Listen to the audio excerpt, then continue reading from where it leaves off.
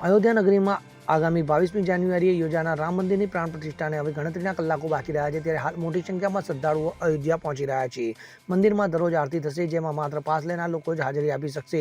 જોકે તમે મંદિરના કાઉન્ટર પરથી પાસ ઓફલાઈન પણ લઈ શકો છો। જોકે હવે તમારા માટે ઓનલાઈન પાસ બુક કરવાની સુવિધા પણ શરૂ કરવામાં આવી છે, જેથી હવે રામલલ્લા આરતીમાં હાજરી આપવા માટે તમે ઘેર બેઠા ઓનલાઈન પાસ લઈ શકો છો। બુકિંગ સેવા 28 ડિસેમ્બરથી શરૂ થઈ ગઈ છે। જો તમે શ્રી રામજીની આરતીમાં જવા માંગતા હો તો આ સુવિધાનો લાભ લઈ શકો છો। તો આરતીના સમયની વાત કરીએ તો અયોધ્યામાં દિવસમાં 3 વખત ભગવાન રામલલ્લાની આરતીનો કાર્યક્રમ યોજાશે। પ્રથમ આરતી સવારે 6:30 કલાકે, બીજી બપોરે 12 કલાકે અને ત્રીજી સાંજે 7:30 કલાકે યોજાશે। આ આરતીમાં ભાગ લેવા માટે ભક્તોએ પાસ મેળવવાનો રહેશે। તો આરતીના એક સ્લોટમાં માત્ર 30 લોકોને જ એન્ટ્રી મળશે અને પાસ વગરના લોકોને આરતીમાં આવવાની મંજૂરી અપાઈ નથી। Bureau report, CN24 news. હવે જુઓ દેશ દુનિયાની તમામ ખબરો તમારી આંગળીના ટેરવે। ઉઠાવો મોબાઈલ અને ગૂગલ પ્લે સ્ટોર પરથી ડાઉનલોડ કરો અમારી CN24 ન્યૂઝ મોબાઈલ એપ।